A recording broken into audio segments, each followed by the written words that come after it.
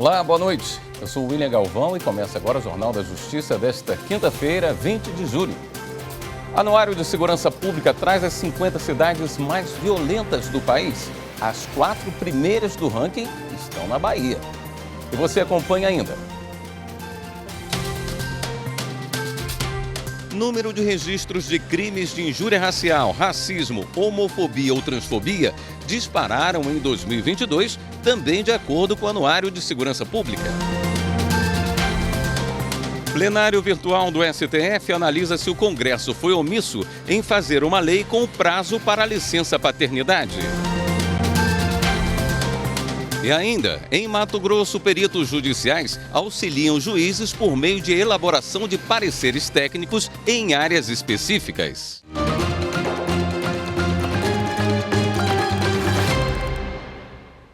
O Anuário Brasileiro de Segurança Pública, divulgado nesta quinta-feira, traz o mapa da violência e da discriminação no Brasil. O estudo mostra que as 4 cidades mais violentas do país, de uma lista de 50, estão na Bahia. Daniela Ramalho. A lista leva em consideração os municípios com mais de 100 mil habitantes. No topo das 50 cidades com maior número de registro de mortes violentas estão Jequié, Santo Antônio de Jesus, Simões Filho e Camaçari, todas cidades baianas. Dos 5.568 municípios brasileiros, 4 capitais aparecem na listagem: Macapá, Salvador, Manaus e Porto Velho. Os estados que registraram os maiores índices de homicídio foram Bahia, Rio de Janeiro, São Paulo, Ceará, Pernambuco, Pará e Minas Gerais. Já os que menos registraram foram Acre, Roraima, Distrito Federal e Tocantins. Ao todo, o Brasil registrou queda de 2,4% nas mortes violentas intencionais de 2020 para 2021. Passou de 48,4 mil para 47,5 mil. Mas o registro de lesões corporais seguidas de morte aumentou em 18% e os assassinatos de policiais também cresceram no mesmo período, 30%. O Brasil registrou o maior número de estupros da história, quase 75 mil casos em 2022, um aumento de 8,2% em relação a 2021. Agressões por violência doméstica aumentaram em 2,9%. Ameaças, 7,2%. Medidas protetivas de urgência concedida cresceram 13,7%. E chamadas a 190 aumentaram 8,7%. Com relação às vítimas de feminicídio, 61,7% são negras. 71,9% têm entre 18 e 44 anos. E os agressores são, na maioria das vezes, parceiros íntimos, 53%. Ex-parceiros somam 19,4% e 10,7% são outros familiares. Os dados apontam também uma necessidade de reestimar os índices populacionais, já que, de acordo com a divulgação do censo de 2022, houve um aumento de 5% na quantidade de habitantes no período. O estudo divulgado pelo Anuário Brasileiro de Segurança Pública mostra aumento principalmente no registro de crimes cometidos dentro de casa, onde os agressores são pessoas conhecidas das vítimas. Hoje as crianças, as pessoas têm muito mais noção do que é violência ou do que não é. Isso em qualquer âmbito, seja no âmbito infantil ou no âmbito heteronormativo ou até mesmo em relações homoafetivas. Antigamente não tinha uma distinção muito clara do que era violência e o que era abuso, seja por novela, seja por redes sociais, pela mídia impressa. Então essa difusão de informações que é trazida, ela acaba favorecendo esse tipo de informação. Muitas vezes aquela questão que não era tida como crime, hoje a pessoa já percebe determinado abuso e já consegue perceber que algo está tendo de abuso para que seja levado ao Poder Judiciário ou à própria polícia. A Polícia Federal prendeu hoje um cidadão sírio acusado de operar esquema de lavagem de dinheiro no Brasil por tráfico internacional de drogas. O foragido estava na lista vermelha da Interpol e foi encontrado na Espanha. Amanda Mustafa tem as informações. O homem sírio é acusado de tráfico internacional. Ele fugiu do Brasil pelo Paraguai logo após a Operação Bahamut ser deflagrada pela Polícia Federal no último dia 12, em 4 estados brasileiros. Após diligências e trabalho de investigação com a Cooperação Policial Internacional, a PF constatou que o sírio havia embarcado em um voo de Assunção para Madrid. Ele foi preso no aeroporto da capital espanhola na manhã desta quinta-feira. Segundo as investigações, o homem é um dos principais operadores do esquema ilegal. Após a conclusão do processo de extradição na Espanha, ele vai responder aqui no Brasil por crimes contra o sistema financeiro nacional, organização criminosa e lavagem de capitais. Com a ação de hoje, já são 9 o número de presos da Operação Bahamut. Os bens e valores em espécie apreendidos até o momento já somam cerca de 25 milhões de reais. O Ministério Público não é obrigado a notificar investigados sobre acordo de não persecução penal. A decisão da 6ª Turma do Superior Tribunal de Justiça. Informações com a repórter Marina Campos. O acordo de não persecução penal é uma das inovações inseridas no Código de Processo Penal pela lei que ficou conhecida como Pacote Anticrime, que prevê, não sendo o caso de arquivamento e tendo o investigado confessado formal e circunstancialmente a prática de infração penal sem violência ou grave ameaça e com pena mínima inferior a 4 anos, o Ministério Público poderá propor acordo de não persecução penal, desde que necessário e suficiente para reprovação e prevenção do crime.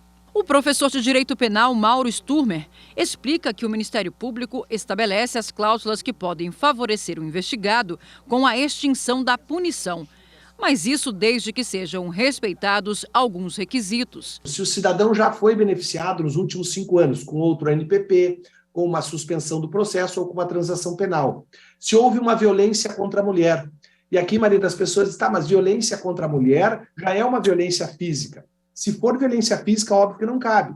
Mas a Lei Maria da Penha, ela traz mais 4 hipóteses de violência contra a mulher que não física. A sexual, a patrimonial, a moral e a psicológica. Então, se o presente essas circunstâncias, também não cabe. Não cabe também, se for possível, a transação penal. Por que isso? Porque a transação penal é melhor para o réu. Então, se cabe transação penal, não cabe NPP, porque o réu tem direito à transação penal. E a 6ª Turma do Superior Tribunal de Justiça decidiu que o Ministério Público não tem a obrigação de notificar o investigado quando entender que o caso não cabe à proposta de acordo de não persecução penal, uma vez que não existe previsão legal. Denunciado por dirigir sem habilitação e em alta velocidade, infringindo os artigos do Código de Trânsito Brasileiro, além de não obedecer à ordem de um funcionário público, crime previsto no Código Penal, o réu recorreu do acórdão do Tribunal de Justiça do Tocantins, que concluiu que o juiz não poderia ter rejeitado a denúncia apenas porque o MP não o notificou sobre a propositura ou a recusa do acordo de não persecução penal. No recurso dirigido ao STJ, a defesa sustentou que a rejeição da denúncia seria cabível, pois o réu cumpriu os requisitos legais para o acordo. E mesmo assim, o MP não o propôs. O relator do caso, desembargador convocado, Jesuíno Rissato, ressaltou que o entendimento adotado no acórdão do Tribunal de Origem encontra respaldo na jurisprudência do STJ, segundo a qual, por ausência de previsão legal, o Ministério Público não é obrigado a notificar o investigado acerca da propositura da ANPP. O relator explicou ainda que o acusado pode, na primeira oportunidade de se manifestar nos autos, requerer a remessa ao órgão de revisão ministerial, caso discorde da posição tomada pelo Ministério Público. Em decisão liminar, a Justiça do Distrito Federal proibiu 2 financeiras de exigir celular de clientes como garantia em contratos de empréstimos. O pedido foi feito pelo Ministério Público do DF e pelo Instituto Brasileiro de Defesa do Consumidor, o IDEC. Detalhes com a repórter Carolina Chaves. 2 instituições financeiras, uma de São Paulo e outra do Rio de Janeiro, exigiam acesso ao celular do cliente e o bloqueio das funcionalidades do aparelho como garantia caso o pagamento do empréstimo não fosse efetuado. O MPDFT e o IDEC entraram com uma ação civil pública na Justiça para impedir essa cláusula considerada pelos autores abusiva. Segundo a ação, o consumidor, ao assinar o contrato com as empresas, era forçado a instalar um aplicativo que, em caso de inadimplência, bloqueava o aparelho. Segundo o MPDFT, o parecer da Anatel não autorizava essa prática e não há regulamentação para esse modelo de cobrança.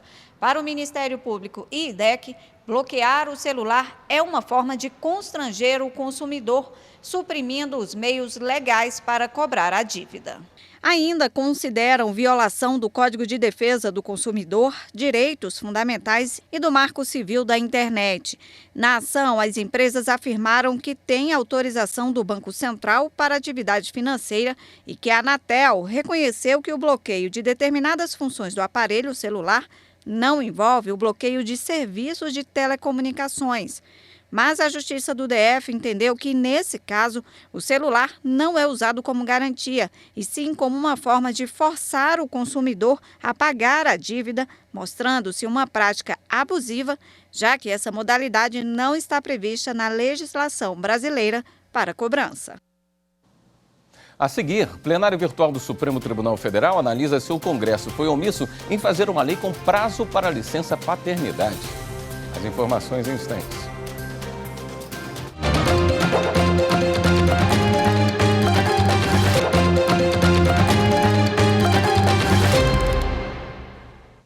O Tribunal de Justiça de Rondônia passou por inspeção do Conselho Nacional de Justiça. O Corregedor Nacional de Justiça, ministro Luiz Felipe Salomão, esteve no estado para o encerramento das atividades. Gabriela Cabral. A abertura dos trabalhos foi durante a sessão do Tribunal Pleno Judiciário, com a presença da Corte Estadual, composta por 21 desembargadores. Também se fizeram presentes representantes do Ministério Público, da Defensoria Pública e seccional da Ordem dos Advogados do Brasil e a Associação dos Magistrados Brasileiros. O presidente do Tribunal de Justiça de Rondônia, desembargador Marcos Alaor Diniz Grangeia, lembrou o aniversário de 40 anos da instituição, completos em 2022, com a apresentação de um vídeo institucional retratando momentos históricos. Em seguida, destacou a importância das inspeções previstas no regimento interno do CNJ para o aprimoramento da justiça, conclamando magistrados e servidores a colaborarem mais uma vez com os trabalhos. Marcos Alaor também destacou que as inspeções contribuem para a manutenção dos níveis de excelência do TJRO, garantidos pelo selo Diamante, conferido pelo CNJ por 4 anos consecutivos ao tribunal. O olhar externo do CNJ é um valioso instrumento para garantir que estamos alinhados com os princípios da justiça, celeridade e transparência que tanto prezamos. É uma chance para identificarmos nossos pontos fortes e reconhecermos nossos avanços e humildemente reconhecermos também as áreas onde ainda podemos melhorar. Em Rondônia, os trabalhos foram coordenados pelo desembargador do Tribunal de Justiça do Rio de Janeiro, Fábio Shoa Montenegro. Viemos para o Tribunal de Rondônia, já viemos com essa missão mais aliviada, porque sabemos que é um tribunal de excelência, ganhador de diversos prêmios do CNJ, e a sua organização é refletida por diversos setores. Em Porto Velho, a equipe visitou gabinetes das varas localizadas no Fórum Geral César Montenegro, que concentra todo o primeiro grau de jurisdição na capital. Também foram inspecionados gabinetes de desembargadores e setores administrativos e tecnologia da informação no edifício sede. A solenidade de encerramento teve a presença do corregedor do CNJ, ministro Luiz Felipe Salomão, magistrados e servidores. O presidente do TJRO reafirmou o compromisso com a efetiva prestação jurisdicional ao povo de Rondônia. Os resultados desta inspeção certamente trarão valiosos aprendizados e direcionamento para os aprimoramentos de nossas atividades jurisdicionais e administrativas. O ministro Luiz Felipe Salomão destacou as boas práticas produzidas pelo Poder Judiciário de Rondônia, ressaltando também a importância dos trabalhos de correição feitos de forma periódica e que são feitos os apontamentos necessários para o aprimoramento da justiça brasileira. Esse momento da correição é um momento em que viemos todos nós da Corregedoria para cá, para justamente verificar o funcionamento do Judiciário, registrar as boas práticas, e aqui pelos selos e pelas premiações que o Tribunal tem já vemos que tem boas práticas a serem transportadas para outros locais. E, ao mesmo tempo, também colaborarmos para que haja aperfeiçoamentos. Esse é o intuito da nossa iniciativa. O Ministério Público Federal se reuniu com lideranças indígenas Caiapó, do Pará, em busca de soluções para os problemas da comunidade. O repórter Pedro Canguçu traz as informações. A iniciativa, chamada Justiça Itinerante Cooperativa na Amazônia Legal, é uma parceria do MPF e outros órgãos de justiça. Durante o encontro, o povo Caiapó citou a precariedade e a discriminação na busca por serviços de saúde, reclamou da insuficiência de escolas de ensino médio próximo ou dentro das aldeias e a impossibilidade de receber o Bolsa Família pela ausência do INSS na região. O MPF reforçou às lideranças o comprometimento do órgão em estar cada dia mais próximo dos indígenas para que os Caiapó e outros povos da região tenham acesso à instituição e, assim, as demandas da população possam ser ouvidas. O MPF também se reuniu com a Associação das Mulheres Produtoras de Polpas de Fruta, que pediu apoio para solucionar questões como a regularização fundiária e o uso indevido de agrotóxicos na região, o que contamina a produção agrícola e prejudica o trabalho e a conquista da renda própria dos moradores.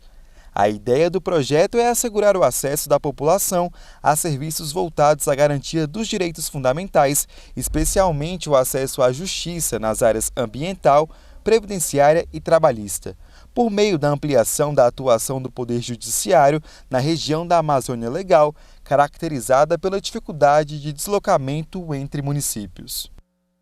O plenário virtual do Supremo Tribunal Federal analisa até o dia 7 de agosto se o Congresso foi omisso em fazer uma lei com prazo para a licença paternidade. Repórter Viviane Novaes. No Supremo Tribunal Federal, a Confederação Nacional dos Trabalhadores na Saúde questiona o fato de, até o momento, o Congresso Nacional não ter aprovado um prazo definitivo para a licença paternidade. A Constituição de 1988 fixou o benefício como um direito dos trabalhadores e estabeleceu que, até o Legislativo elaborar uma lei, o prazo geral da licença é de 5 dias, mas ela pode chegar a 20 dias se a empresa onde o pai trabalha estiver cadastrada no programa Empresa Cidadã. Até hoje, o Congresso Nacional não fez uma lei sobre o assunto e ainda vale a regra transitória prevista na Constituição. O relator do caso, ministro Marco Aurélio, hoje aposentado, votou para rejeitar a ação. O ministro argumentou que a existência do prazo na regra transitória indica que não há lacuna a ser suprida. Mas os ministros Edson Fachin, Luiz Roberto Barroso, Dias Toffoli e Gilmar Mendes divergiram. Para eles, há omissão do Congresso sobre o assunto. Os ministros propõem um prazo de 18 meses para que o parlamento elabore a lei. No voto, Barroso afirmou: a radical diferença entre os prazos atuais das licenças maternidade e paternidade contribui para a sobrecarga que é imposta às mulheres, que assumem tarefas familiares e domésticas. O ministro também afirmou: chega-se a uma situação de flagrante desproporcionalidade entre o direito assegurado aos homens que adotam, que podem ter 120 dias de licença, e os pais que têm filhos biológicos, que atualmente só podem se afastar do trabalho por 5 dias. O pai é assim privado do contato mais duradouro com seus filhos, no momento de maior necessidade de cuidado e de formação de laços afetivos. O prazo para o julgamento no plenário virtual vai até 7 de agosto. A seguir, o trabalho de peritos judiciais para auxiliar os juízes com informações específicas para embasar as decisões dos magistrados. Eu volto já.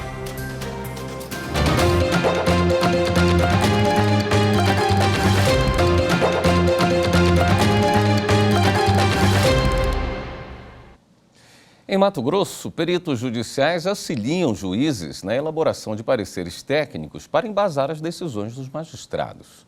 O Poder Judiciário do Estado mantém uma base de dados com cerca de 700 pessoas cadastradas. Veja na reportagem de Camila Ribeiro como é o trabalho desses profissionais. Imagina ser surpreendido com um empréstimo bancário contraído em seu nome.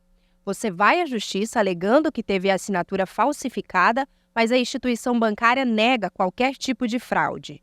Em uma situação como essa, como o magistrado vai amparar a sua decisão? É neste momento que surge a figura do perito judicial.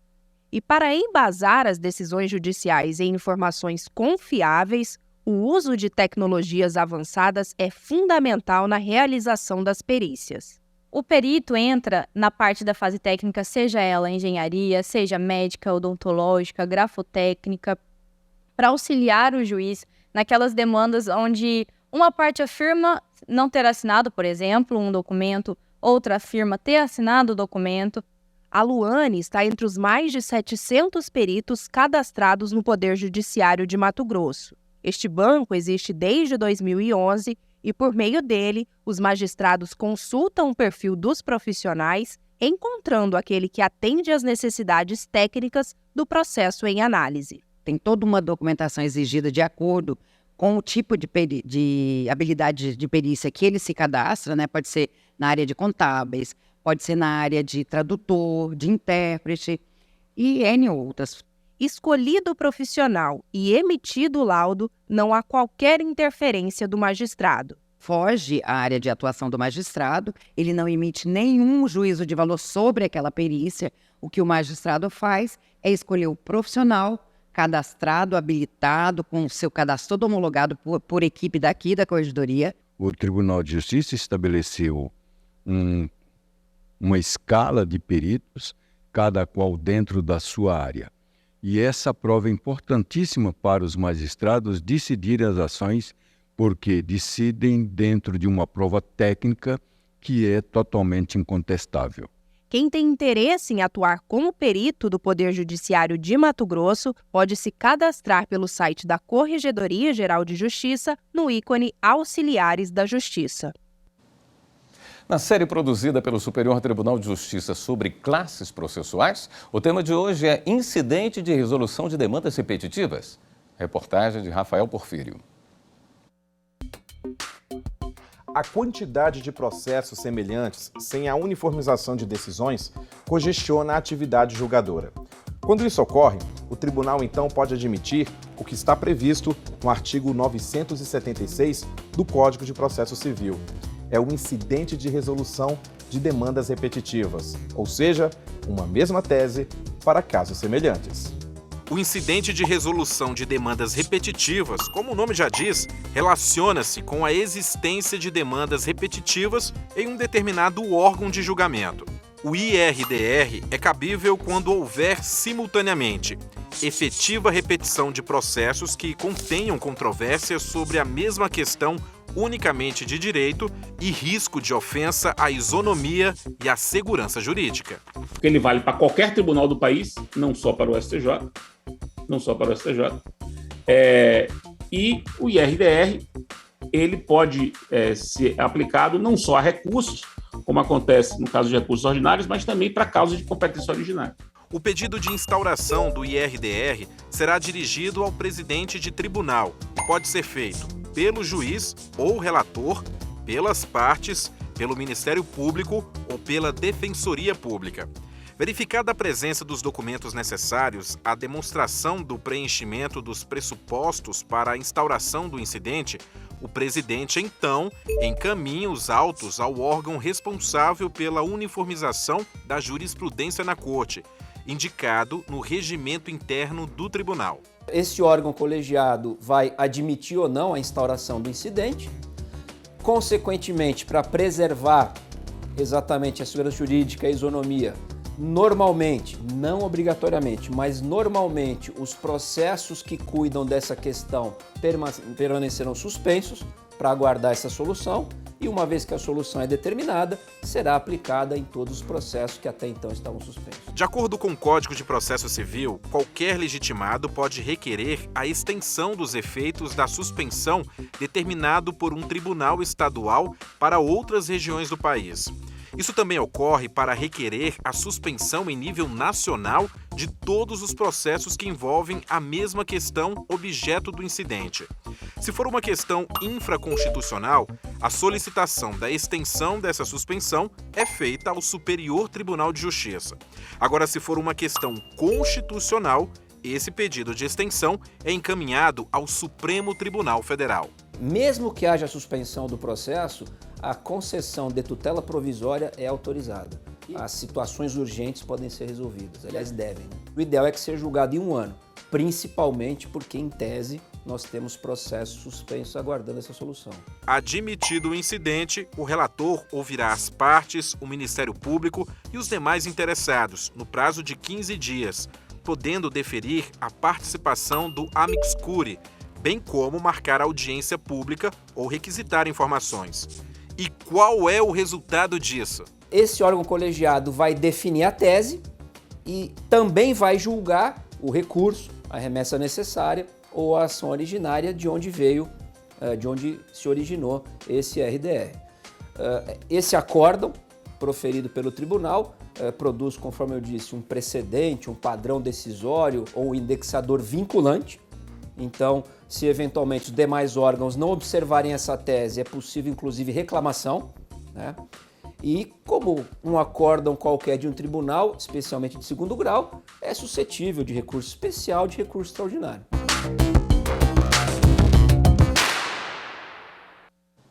Esta edição do Jornal da Justiça fica por aqui. Uma ótima noite para você. Até amanhã.